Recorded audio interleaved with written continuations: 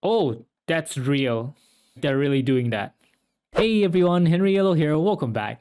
Chinese New Year is next week on the 29th of January. So I've decided to watch 3 Chinese movies. I might watch 4, but I'm not sure yet. So let's see how it goes. But for now, I've chosen 3 Chinese movies, and the first one is, drumroll, Farewell My Concubine. I'm sure you already know that from the video title, but I just wanted to hype up the movie a little bit more. This movie is very long, at 3 hours long, and if you'd like to watch my full reaction to it, then go ahead and check out my Patreon. The link is in the description below. And if you enjoy watching my videos, then go ahead and hit the subscribe button and turn on your post notifications so we can watch more movies together in the future. Well then, are you ready to watch this movie with me? Let's go. 干什么的？京剧院来走台的。哎呦，您二位有20多年没挨一块唱了吧21年了，22年了，都是4人帮闹的。可不。我去给您开灯讲。哦，您受累。I can kind of understand the language, but with the subtitles, it's much easier to confirm.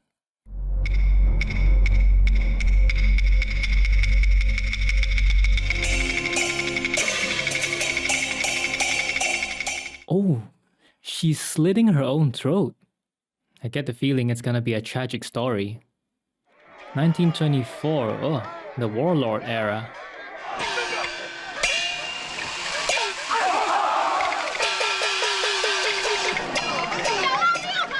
我看你往哪儿跑，去给我追过来！你敢在这儿露脸？人前买真货，我小时候今儿玩真的，让爷们们开个眼。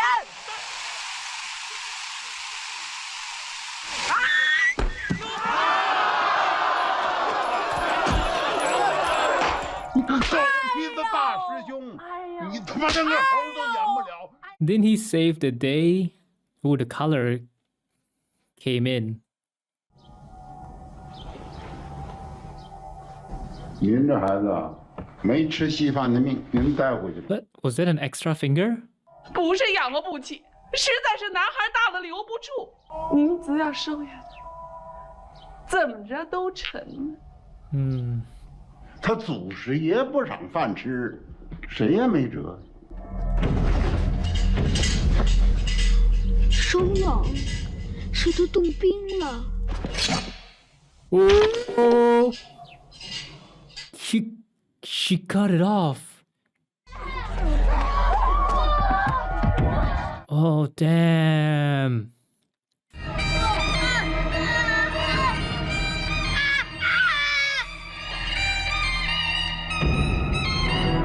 No. I'm not sure if I should admire the mother's courage or be disgusted by her actions. 哪儿来的窑子里的？这儿去！窑子里的东西掉地了！真着了。你们是不是欺负他来着？哎，进来！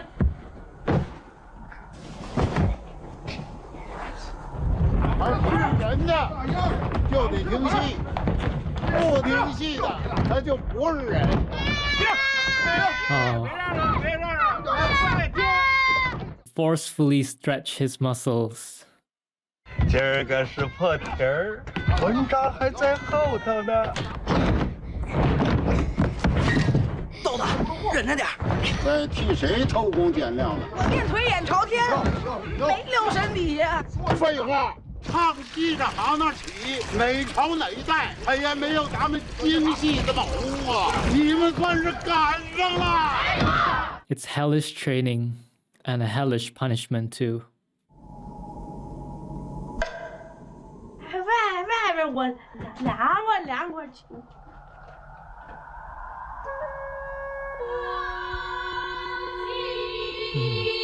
You gotta take care of each other. That's brotherhood. 别当科技用功，以后名扬四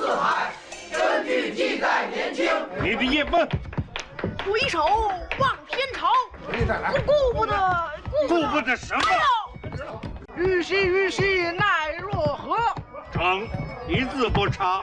哎呦，打你是让你记着，下回还得这么背。 You do it right, you get punished. You do it wrong, you get punished. 我本是男儿郎。你本是女娇娥，我是叫你说，你说。再不敢了。再打。我本是男儿郎。尼姑是男的还是女的？男儿郎。我本是男儿郎。下次再忘，就往死了打你。 My goodness, look at that. Lacerations all over his hand.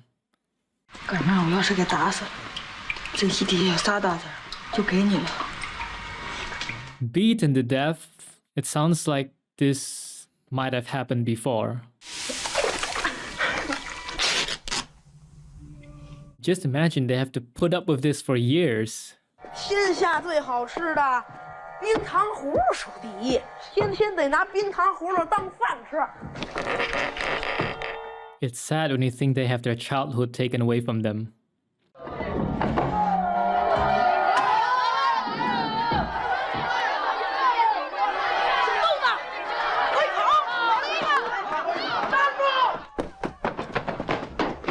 这一底那仨大字你别忘了。反正你废了。 滚吧！哎，哪来的？你那仨大字买的呀？一串10个，我给你俩怎么样？ Spent his coins and he only gives him 2 candies. But where will they go? How will they live? How will they get food?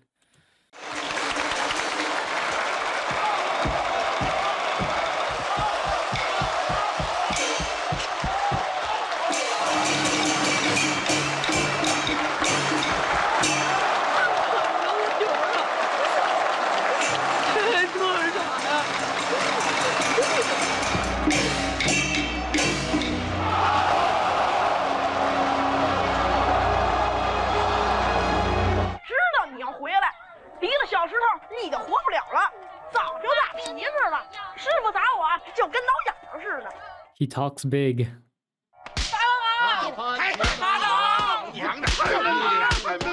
I knew everyone would get punished because they escaped.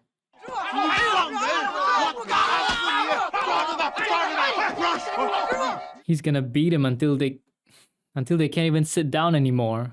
是我自个儿跑的，不关石膏的事儿，您打我。 The beatings are too much. Like, these guys are just sadists. 你，我打死你！你以为我不敢打你啊？ He said, 我打死你, which means I'll beat you to death. He's gonna choke on those candy. 看手，好不着啊！打得好啊！说呀！打死你！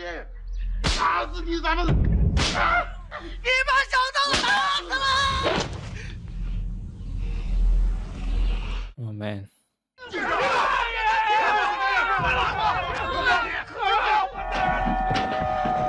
Oh.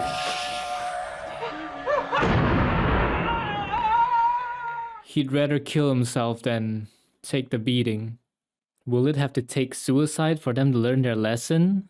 That the way they're teaching is just too much.《霸王别姬》讲的是楚汉相争的故事，中了汉军的10面埋伏，让刘邦给困死了，并唱了1宿的楚歌。楚国的人马以为刘邦得了楚地，让虞姬走人。那虞姬最后一次为霸王贞洁拔剑自刎，从一而终啊！是这里边有个唱戏和做人的道理，人得自个儿成全自个儿。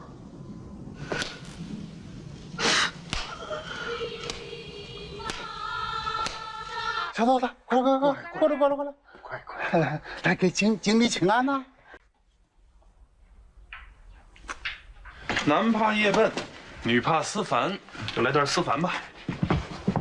小尼姑年方28，我本是男儿郎，又不是女娇娥。实在是对不住，这孩子平常改日再见。不是这样的。谁叫你回来了？我叫你错，张嘴，错呀你，叫你错，我叫你错，叫你错。Oh my god, I think he really messed up his tongue.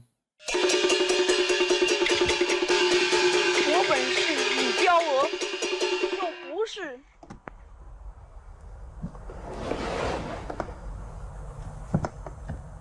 我本是女娇娥，又不是男儿郎，为何腰系黄绦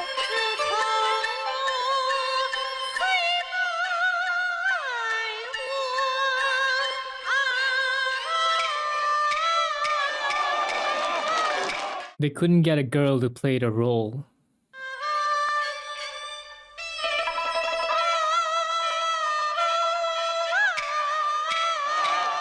No matter what, I'm always impressed at how high their voices can go. I think there may be a rule that only boys are allowed in the acting opera.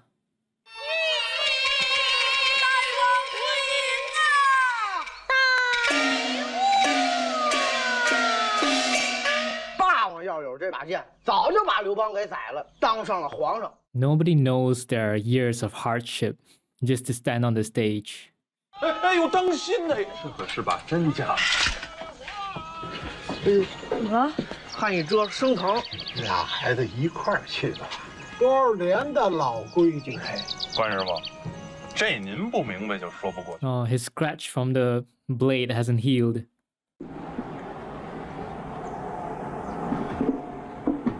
今年是什么年？民国21年。是大清宣统24年。 He's been training for 8 years. 我找我师哥，我想撒尿。就往这里头撒。 I think this guy's you know what. He better not drink that. And he better not do anything to Douzi. 来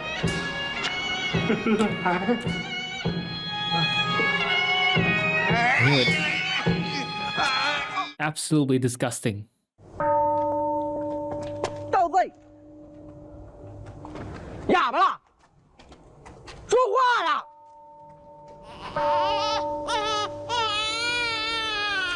一个人有一个人的命，你还是把他放回去吧。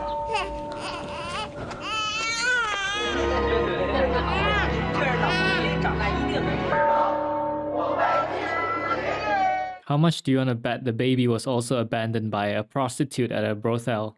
Maybe Douzi sees himself in that baby.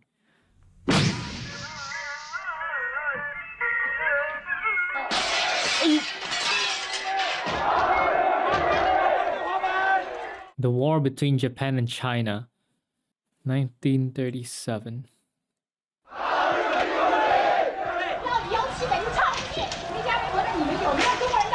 这是正经八百的中国人，你们他妈都给我看清楚了！中国人不打中国人，就是一个老祖宗，一个个都他妈忠臣良将的模样，感情欺负的还是中国人呢。 Only the two of them made it to stardom. What about the rest of the troupe?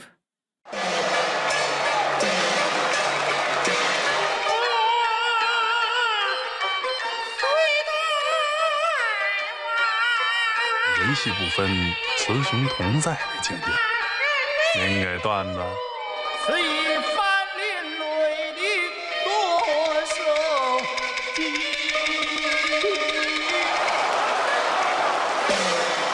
袁四爷今儿个来捧场了，我就让你听明白了，没他四爷的捧场，咱在北平也照唱照红。我俩手轮着撑在腰里，帮着提气。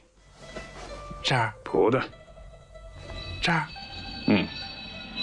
这哎呦，你别闹！哟，四爷，久仰久仰，腾出了点儿，算是见面礼。读你程老板的虞姬，快入纯清之境。袁某也恍惚起来，以为虞姬转世再现。霸王回营亮相是对。按老规矩是定然7步，你只走了5步。楚霸王气度尊贵，要是威而不重，不成了江湖上的黄天霸了。拿我们兄弟这点玩意儿，还敢在北平的戏园子里捞？四爷，你得栽培我们。失陪了。I like the framing of the mirror reflecting 蝶衣。老板，感觉有些日子没来了。会菊仙姑娘。哟，菊仙姑娘这阵子不在，要不这么着，姐给你找个好的啊。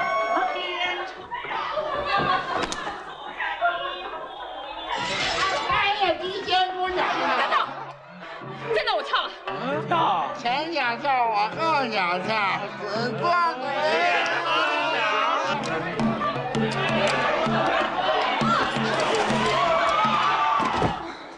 Good catch.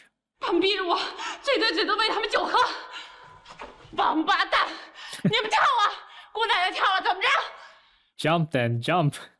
咱们到这儿来可都是来找乐子的，可都是白花花、响当当的大洋啊！ What is that guy doing? 哎，别介，怂了。I mean, he's taken beatings worse than this before. 你怎么没告诉各位爷今儿是什么日子？今儿个不是咱俩定亲的喜日子吗？ He's taking advantage of the situation. 今儿个是姑奶奶定亲的喜日子，给姑奶奶敬酒吧。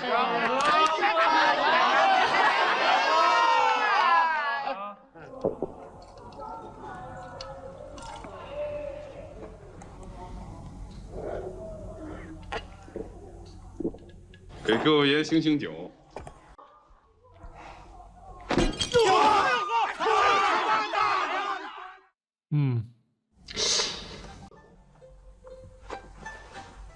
听说您在八大胡同打出名来了。嗨，不过是救人解难玩玩呗。什么时候一块儿去逛逛？嘿呦！ I think Dozi has feelings for Shito. 就让我跟你好好唱一辈子戏，不行吗？这不小半辈子都唱过来了。不行，说的是一辈子。He's proposing. I don't think Shito gets it though. 你可真是不疯魔不成活呀！唱戏得疯魔，可要是活着也疯魔。来，给师哥勾勾脸。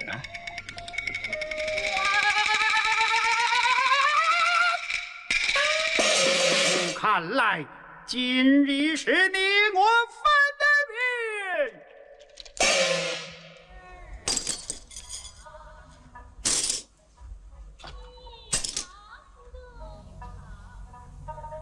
Even the shoes. 说你养的玻璃梦去吧！你当出了这门把脸一麻子，你还真成了良人了。那姚姐儿永远是姚姐儿，这就是你的命。成，回见了您呐。She quit. That's a good start, I guess. 你怎么上这儿来了？嘿，怎么光着脚啊？这么凉的天儿。赶出来了，花满楼不留续过婚的人。Kicked out.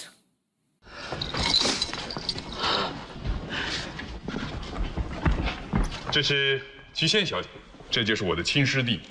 菊仙小姐失陪了。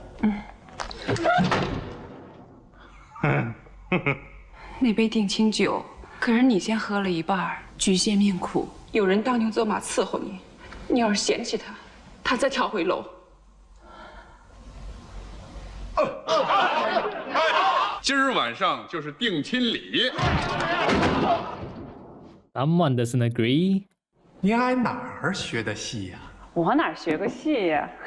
没学过呀，那就别撒狗血了。Hahaha, exposing her. 今儿晚上证婚人这活儿，你得给我接下来。黄天霸和妓女的戏不会演。哦，别走！你上哪儿去？我上哪儿去？你管得着吗？袁四爷今儿晚上请咱们过去。姓袁的他管得着姓段的吗？师哥，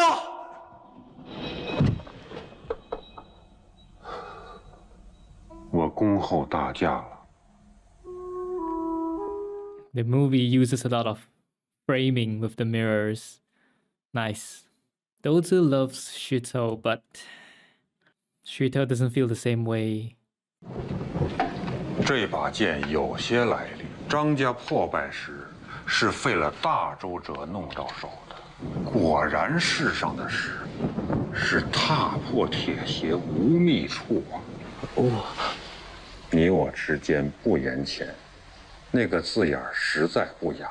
自古宝剑仇之起，愿做我的红尘知己。 Ooh, and the thunder in the background.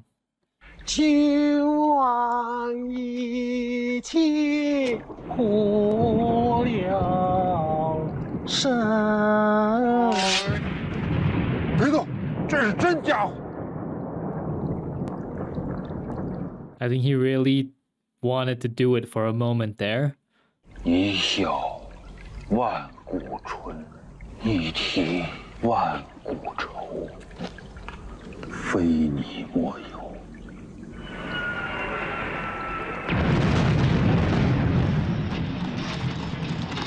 Giving a sense of foreboding since the war is also happening now.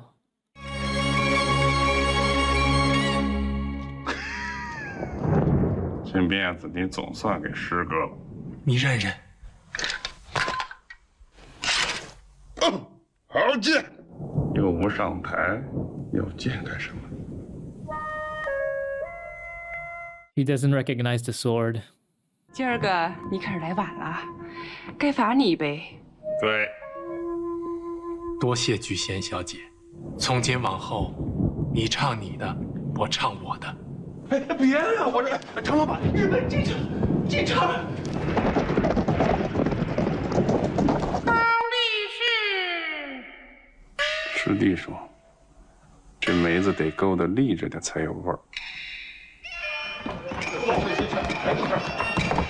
The troops have taken over this place.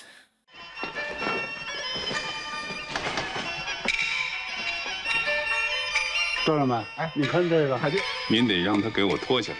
他就要你姥姥身上的寿衣，你得乖乖的给扒下来。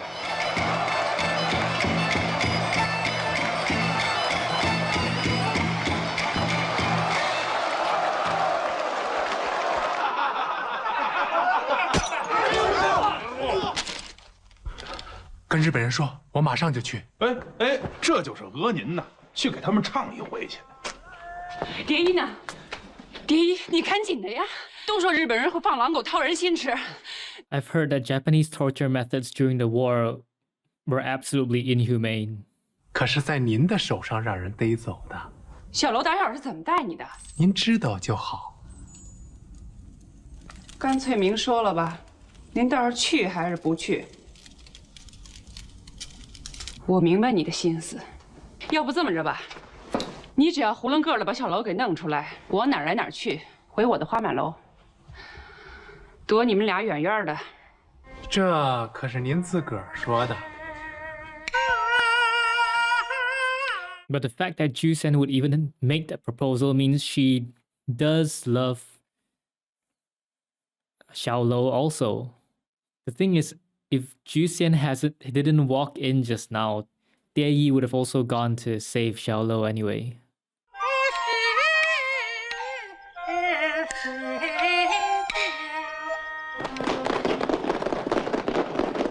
师哥，小楼，你没事吧？你给日本人唱。有个叫青木的。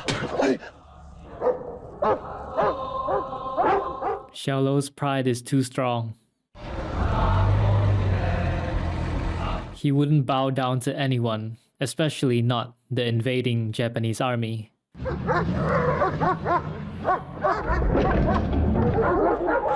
They saved him and he just left him there and drove the car away. That's ungrateful.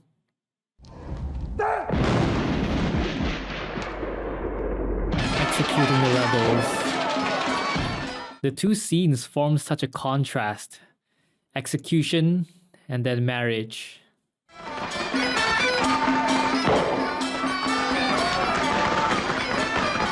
She broke her promise. She went and married Xiao Lo.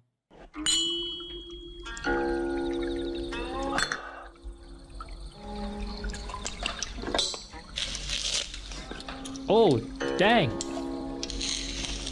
That's real. They're really doing that. Yeah, I know they have dishes with blood in them. Fish blood, snake blood. They do have those dishes. 您定能仙音入云，柔情胜水。不唱戏了，我太太偏偏能跟你过日子，再生个大胖小子。The opera is his income.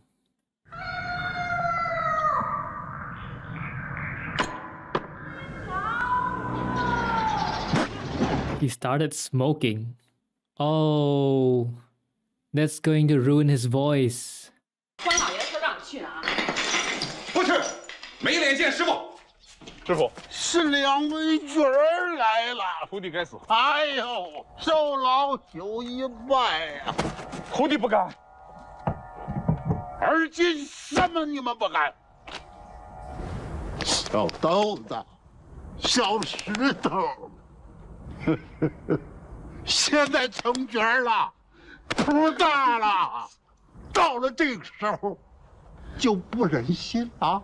我就得看着他走得去。是我没出息，你打我！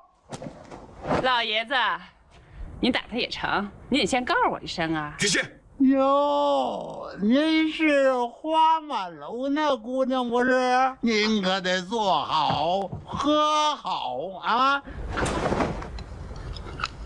我叫你打他好，我叫你当心的。师傅保重。慢着，我既是花满楼的，可是您这当师傅的也不能只听一面之词，不是？闭嘴！明天说话的事。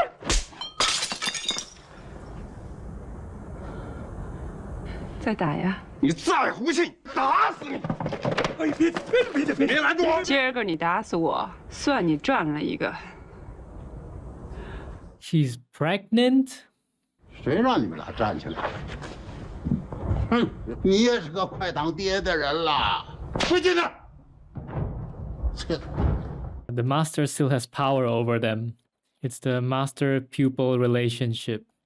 丈夫有泪不轻弹，只因未到。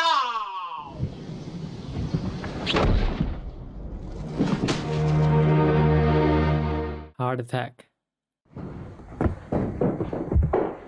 师傅罚我7天多跪，还没到日子呢。哥们儿都散了。要想成角，就得自个儿成全自个儿。我打小被捡回来的，没家。 He's that baby. 还想唱戏吗？唱，要饭也唱，也要成角。 He's got determination. 你叫什么？ He's bleeding. Oh, 1945 already.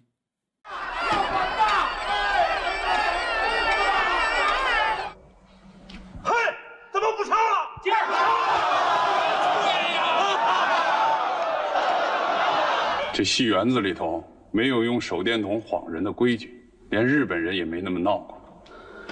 请回座上去吧。替日本人叫好，成不成？ Speaking up for the Japanese, they're just here looking for trouble. Ridiculous. Right after the war, now they're fighting amongst themselves.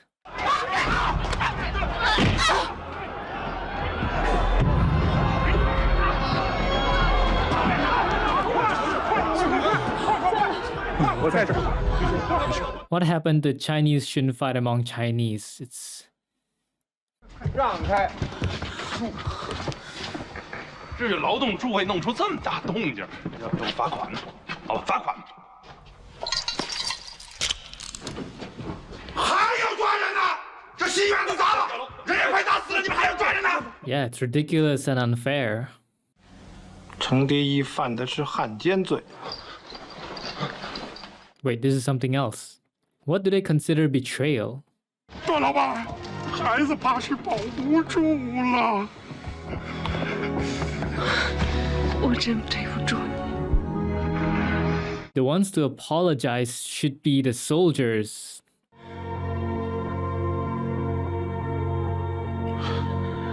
咱们的孩子没了，我可就剩你一人了。你把他救出来了，咱们可就不欠他的了。往后你别跟他唱了。您只要是救出蝶衣，我们哥俩3年的包银，全归了您。哼，这霸王回营亮国相去见这虞姬，到底该走几步啊 7. 7步。走我瞧瞧，走我瞧瞧。 有位叫程蝶衣的，让人逮走的时候说是这把剑的主人能救他。这剑找着主，我也就放心了。可这人呐，也总有指望错的时候。他给日本人唱堂会，怕不是冤？一屋子记者都在家里等着呢，咱们走。别，话说清楚了。 Ju Shen sure knows how to hit the nail on the head. He's smart. 你得说是日本人拿枪逼着你去唱的堂会，给你动了刑，袁四爷都替你安排妥当了。这是小楼让我交给你的。小楼的孩子死了，这就是你们在一块唱戏的报应。出去以后，你奏你的阳关道去吧。 What karmic retribution? 被女贪之敌囚青木三郎，狼狈为奸，长敌之气也，灭我之尊也。 What kind of bullcrap is this? What? 程蝶衣确实是被日本人用手铐铐走的，还用手枪顶其项背威胁。程之所唱为淫词艳曲，实为大谬。 当晚所唱是昆曲《牡丹亭》游园一折，如此糟践戏剧国粹，到底是谁专门辱我民族精神，灭我国家尊严？好。Okay. 证人所述属实吗？堂会我去了，可是他们没有打我。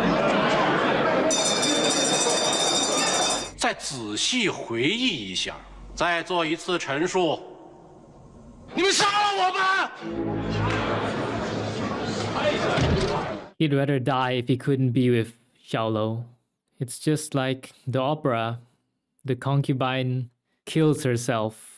程蝶衣汉奸一案暂停审理，交保拒绝，予以释放。 你他妈耍我呀你！我叫程蝶衣。 What happened? What changed?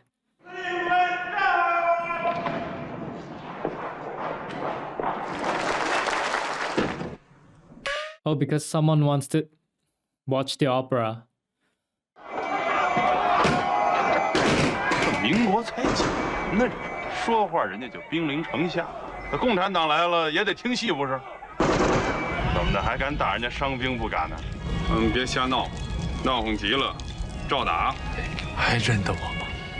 猴儿，张公不认得我们。 Wait, I thought he died. 大王慷慨背过，日此且非贤臣。 实在是对不住我们这位角儿。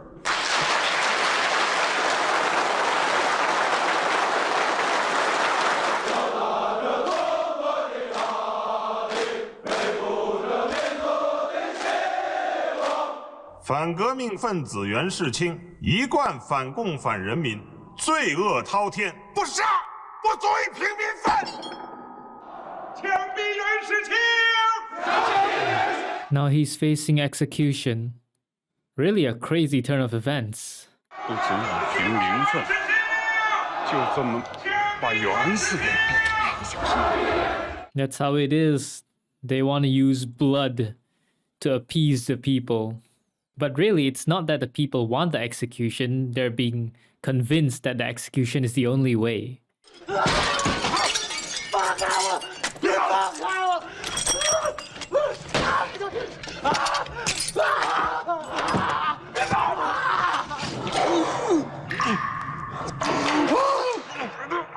Ooh, that seems equivalent to the time when his hand was lacerated and put in the water.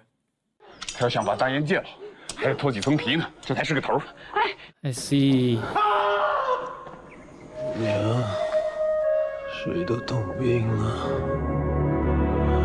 水都冻冰了。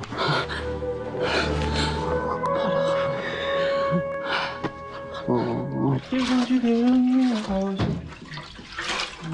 你到哪儿去了？开会去了。开会去了。哎。现代戏有意思，可现代戏的服装有点怪，唱、念、做、打，都在这个情境里面。穿上这一身，往布景前头一站，玩意儿再好也不对头了。京戏是什么？无声不歌，无动不舞。为什么古时候的英雄美人上了台就是京戏，现在劳动人民上了台就不是京戏了？说的是两码事，放肆！你什么态度？ That's the difference between when they train in their childhood and the modern people train. Times have changed. 唱戏的不靠这个，凭的是功夫、本事、玩意儿，没你的近道可走。罚我跪，你犯法。Oh, Xiao Si has changed too. 我让你胡说八道，胡说八道，胡说八道，还不给我跪下！又没那日子了。滚吧！ 一辈子跑你的龙套去吧！ The old ways are dying. 陈老板，您这话要搁在旧社会说，在新社会说，我不信。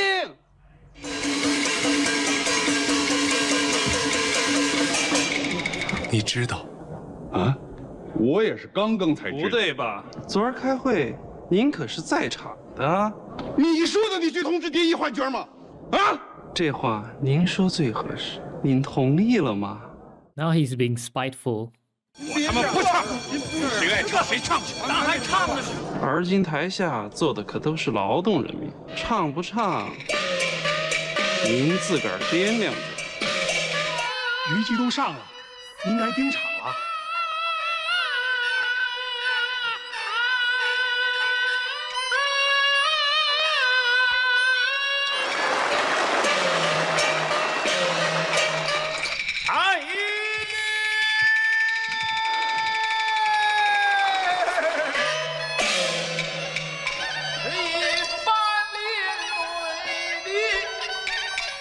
多谢菊仙小姐。 The fact that Xiao Si can take his part, I think it really hit Tie Yi very hard. 师哥给你赔不是，还不成吗？那条小蛇可是你把他误活的，而今人家已然修炼成龙了，不顺着他，那还不是我的霸王，你的虞姬啊！虞姬为什么要死？ 你可真是不疯魔不成活呀！可那是戏。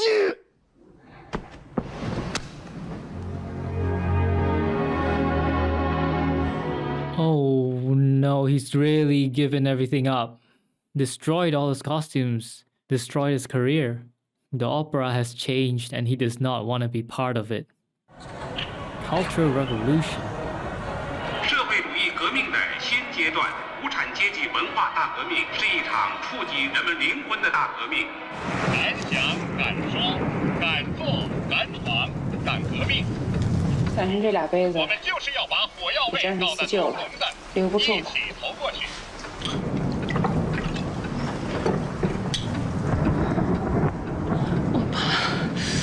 我梦见我站在一个大高楼上，我就是想往下跳。你跳啊！ 我在呢，你不在那儿，小楼，你不会不要我了吧？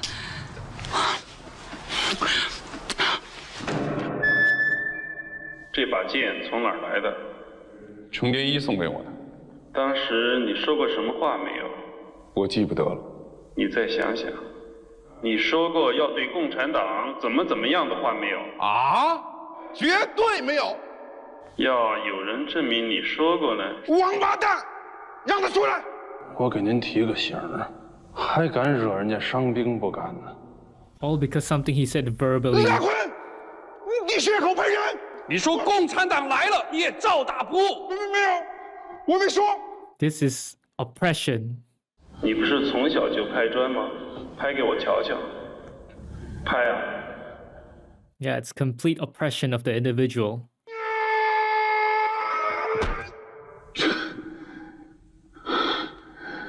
段小楼，你是霸王吗？那都是戏。旧社会，你去过妓院吗？去过。你不觉得可耻吗？你娶菊仙的时候，她是什么身份？妓女。一人不投降，就将他灭亡！就是你唯一一届的黑手。革命无罪，造反有理。Everything that represented the past, they just want to destroy it. It's pretty much equivalent to destroying history, erasing all the history that they don't want to see, and only maintaining everything that benefits them or anything they want. 所有陈德义是黑线人物。说横扫一切，牛鬼蛇神。还想不投降，就叫他灭亡。他就给日本侵略者唱堂会，他就登了汉奸。打倒程蝶衣！给资本家唱，给地主老财唱，给太太小姐唱，给大戏法袁世清唱。打倒程蝶衣！ Even if it's not true, they just want to hear it anyway. 他为了讨好大戏法袁世清，他跟袁世清，他当，你有没有？你当了，你当。横扫一切，牛鬼蛇神！牛鬼蛇神，牛鬼蛇神！横扫一切，牛鬼蛇神！你们都骗我，都骗我！我也揭发段小楼，你天良丧尽，狼心狗肺，你当今是小人作乱，祸从天降，不对，一步步走到这步田地来的报应，报应！他是什么人？我来告诉你们他是什么人。他是花满楼的头牌妓女潘金莲。斗他，去斗他，斗他呀！段小楼，她是不是妓女？ So what, all prostitutes will be killed now? As if every single one of them are pure and never committed a sin. 不爱，不爱他，真的不爱。我跟他划清界限。横扫一切，牛鬼蛇神！ He has fallen really low, but I don't think they'll spare him.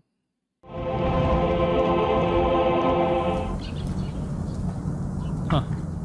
I thought they were all going to be executed, but I guess they're left alive to suffer the indignity and hate and be isolated from this new society.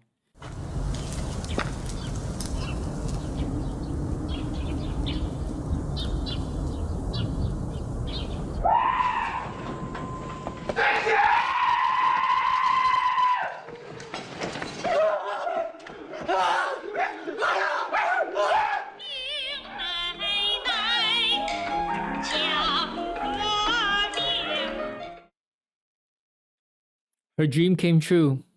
What she dreamed, Xiaolo would leave her. And he did, he betrayed her. And so she jumped.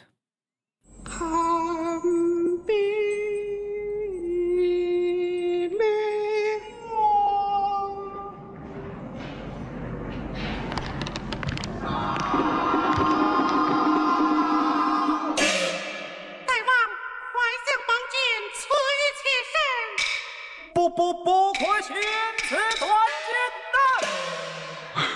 丹。不灵了，不灵了，老了。小尼姑年方28，我本是男儿郎，又不是女娇娥。错了，我本是男儿郎，又不是女娇娥。他射进来了，在哪里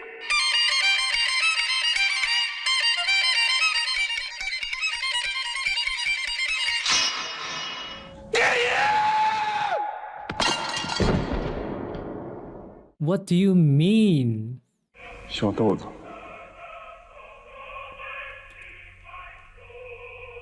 You mean after all this time, Dei killed himself after this final performance? Almost all his life, Dei has been bringing the opera into real life. By the end, he really brought the opera to life, literally, by slicing his throat, just like concubine Yu. Dei embodied the opera, and he became the opera. What an ending, what a story, what a life. When the movie started, it was 1924. So 1977 means 53 years have passed, assuming they started training at the age of 6, let's say. So it means by now they would be like 59 years old. So many things happen in this entire life of 60 years. I don't even know where to begin. What I'll do is I'll start from the beginning of the movie. By the way, if 石头 is pronounced how I think it's pronounced, it literally means rock or stone. At the start, we see Dieyi's mother abandoning him to the opera. She cut off his finger.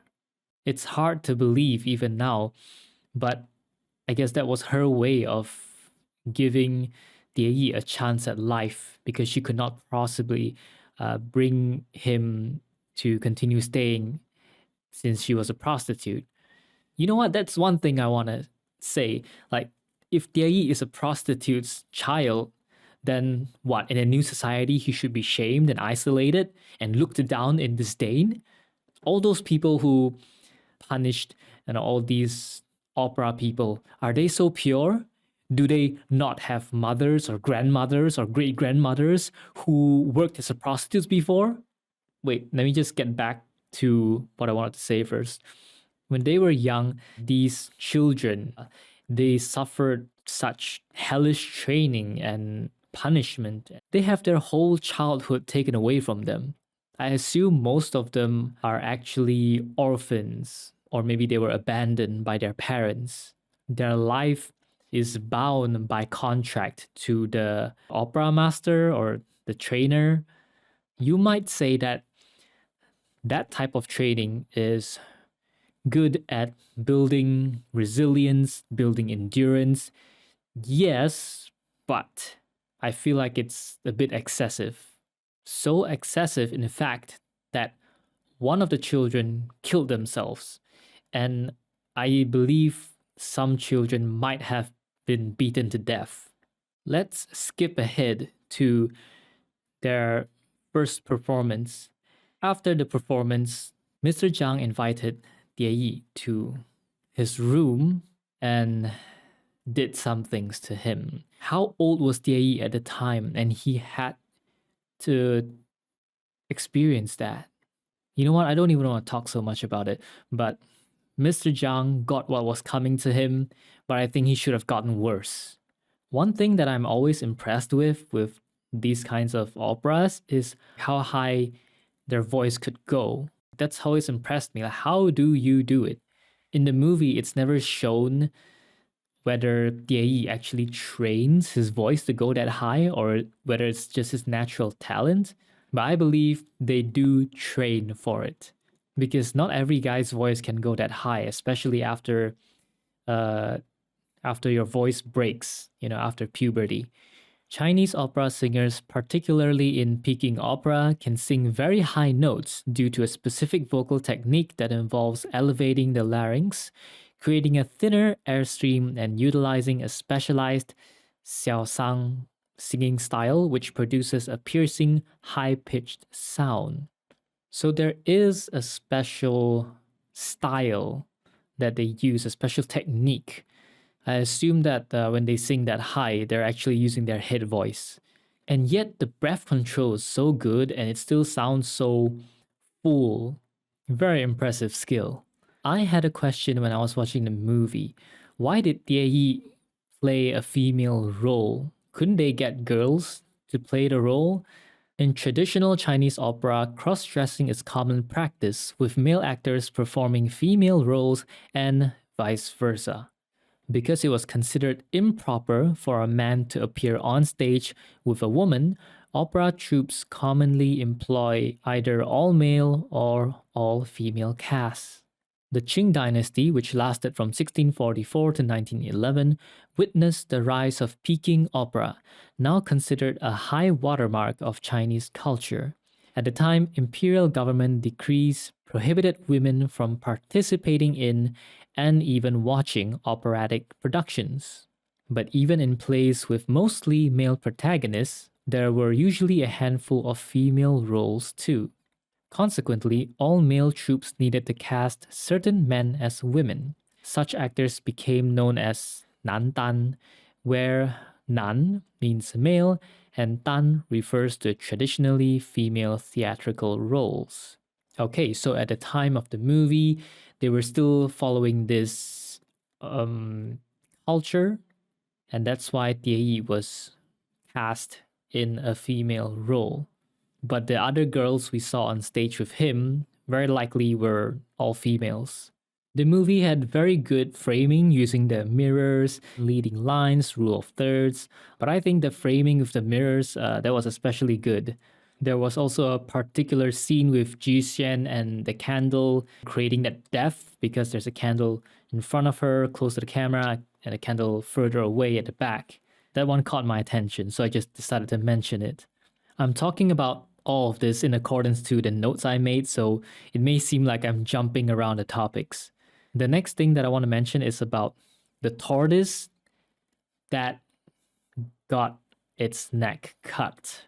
When I saw that, I immediately thought of the scene in Apocalypse Now, the thing that happened with the cow. If you watched it, you know what I mean.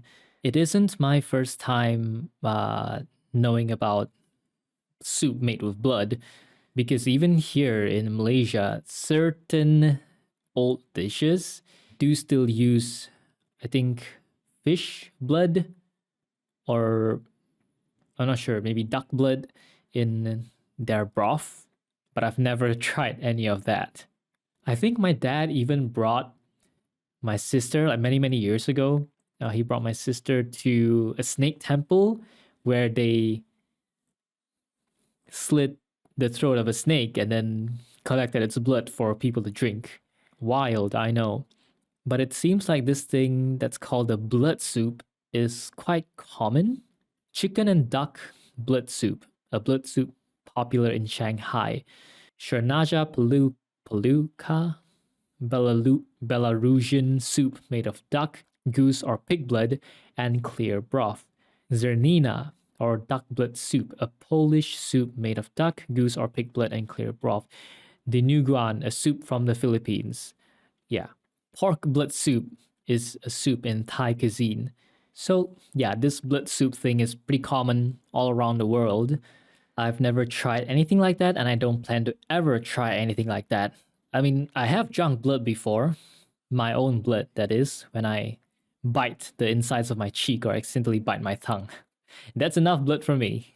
I don't need any other type of blood in my body, thanks.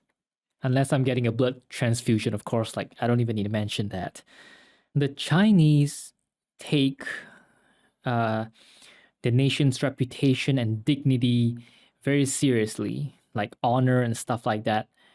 Of course, it's not limited to the Chinese. There are many countries who take that very seriously. But in a movie, even if someone just verbally badmouths the government, they could get heavily punished. Even Tie Yi, when they suspected that he sang for the Japanese, they put him on trial just because of that. and they would execute him just because of that. That's crazy. To me, that feels like a kind of oppression. It creates fear in the society or in the community. So people wouldn't even dare to say their thoughts. It's pretty much equivalent to not giving them a freedom of speech. Throughout all this thing that happened, even in a Japan-China war and everything, it seems like the opera just lives through the whole thing. Everyone comes to watch the opera and no one tried to destroy it until the 1966 Cultural Revolution. But I'll get to that in a bit. Times have also changed. A different generation comes in and it's a different type of training. People are no longer trained like in the past when they were punished, they had their legs forcefully stretched. It's completely different. The old ways versus the new ways. Personally, I think that in the old ways, they're just too excessive. That hellish training and punishment, unnecessary. People could still train for the opera and learn that skill without going through all that torture and punishment.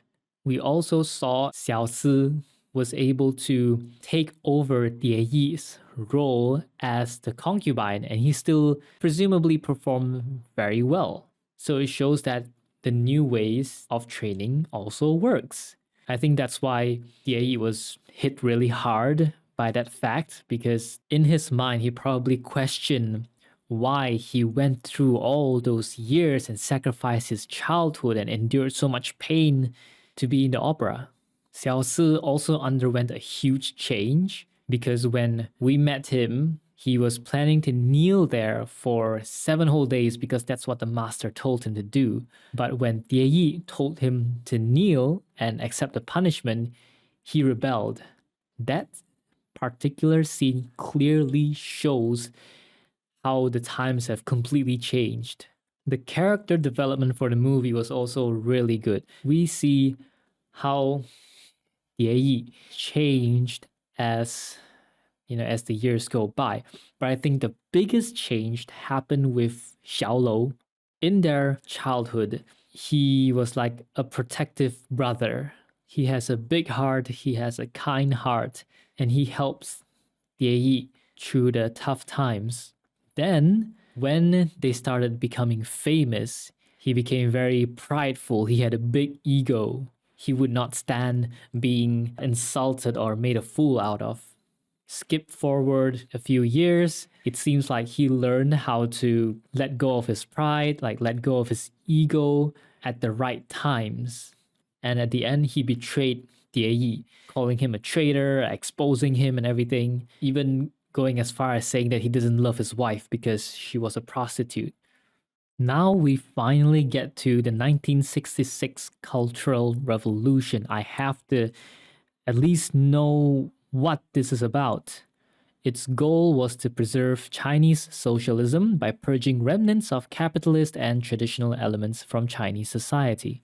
In May 1966, Mao launched the revolution and said that bourgeois elements had infiltrated the government and society with the aim of restoring capitalism.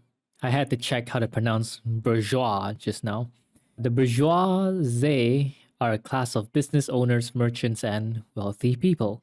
Mao called on young people to bombard the headquarters and proclaimed that to rebel is justified.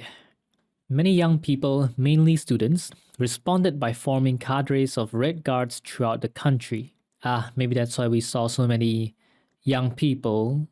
In 1967, radicals began seizing power from local governments and party branches, establishing new revolutionary committees in their place while smashing public security, procuratorate, and judicial systems. The Cultural Revolution was characterized by violence and chaos across Chinese society. Estimates of the death toll vary widely, typically ranging from 1 to 2 million, including a massacre in Guangzhou that included acts of cannibalism, as well as massacres in Beijing, and so on. Can you imagine how crazy that is? And I bet A lot of people just took advantage of this to spread chaos and commit violence. Red Guards sought to destroy the four olds: old ideas, old culture, old custom, and old habits, which often took the form of destroying historical artifacts, cultural, and religious sites. I think that was what we witnessed when we saw them burning all the opera costumes and humiliating all the opera people. Thank goodness they didn't just outright kill all the people of the opera. Destroying all these historical artifacts and cultures and religious sites, it's the same as just destroying history. If we destroy history, then how will we ever learn from the mistakes of the past? What I'm trying to say is, destroying history, it's like destroying the decades or centuries of advancement that we've had. Even if you don't accept that history, you can at least preserve it so future generations can learn from it. I guess that's what they don't want. They don't want future generations to learn anything at all regarding any historical knowledge that they don't like. Somehow this reminds me of what Hitler did when he burned all the books and knowledge. Feels very similar. This has already happened, so the only thing we can do now is to just learn from it. Let's hope that this mistake does not repeat itself again. You remember when they mention cow demons and snake spirits? 牛骨蛇神. This was a term used during the Cultural Revolution in China to demonize perceived enemies. It was a supernatural metaphor rooted in Buddhist demonology. The term was used to vilify people who held cultural and ideological positions, such as intellectuals, scholars, and government leaders. The term was part of a campaign to combat the four olds and maintain the bloodline theory. Now, we already know what the four olds are, old ideas, old culture, and all that. So what is the bloodline theory? The bloodline theory was a political ideology in China during the Cultural Revolution that divided people into black and red classes based on their family background. You see, this is when you know that things have gone really bad, when you try to divide people into their classes. The red classes were considered the legitimate successors of the socialist revolution. The black classes were considered to be bad and have lost their human status. Like, what is this? The theory was criticized in an article by Yu Luoke, who was executed for his criticism. That's tyrannical. The red classes are poor and lower middle peasants, workers, revolutionary soldiers, revolutionary cadres, and revolutionary martyrs. The black categories include capitalists, capitalist roaders, traitors, and spies. This whole thing is just crazy. I mean, imagine a society where the capitalists are the ones in power and they oppress the poor, or they oppress the masses. Now, in this example, it's like the whole thing is just flipped upside down. It's still bad. It's just the other way around. I don't think this is a way forward. The person who criticized this theory was even executed just for criticizing it. The whole thing is just mad, I tell you. They persecuted anyone that they saw as counter-revolutionary, and their aim was to tear out China's cultural and historical roots and blot out all traces of foreign influence. Holy crap, this is crazy. And this was a period of absolute terror in China that lasted 1966 and 1976, 10 whole years of terror. There's even the lost generation in China's Cultural Revolution. During this revolution, China's college admission system, based on entrance exams, was suspended for a decade, all the way until 1976, effectively depriving an entire generation of young people of the opportunity to access higher education. That's why they're called the lost generation. The country's schools and universities were closed, and the national college entrance examination were cancelled. Over 10 million youth from urban areas were relocated under the Down to the Countryside movement. they closed off education. Like, even if you want to study and educate yourself to be a more knowledgeable, better person, you don't even have the choice. I'm getting a headache just reading about all this. It's absurd. In December 1978, Xiaoping became the new paramount leader of China. They introduced the Oluan Fanzheng. I'm just going to pronounce it in an English accent because it could be pronounced very differently in Chinese, and I'm very sure I'm going to pronounce it wrong anyway. So this Oluan Fanzheng program refers to a period of significant socio-political reforms.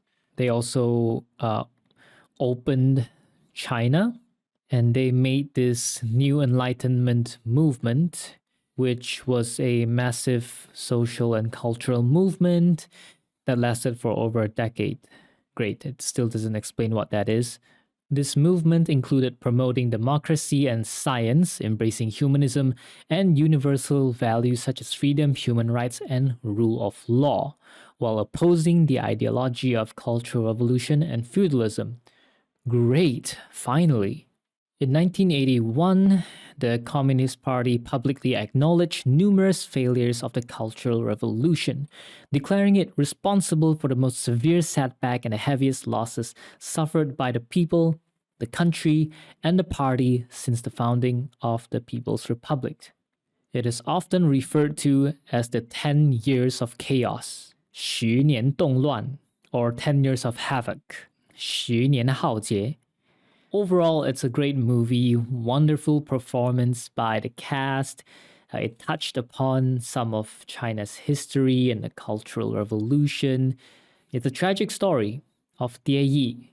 He started his life training for the opera, and he ended his life by bringing the opera to life.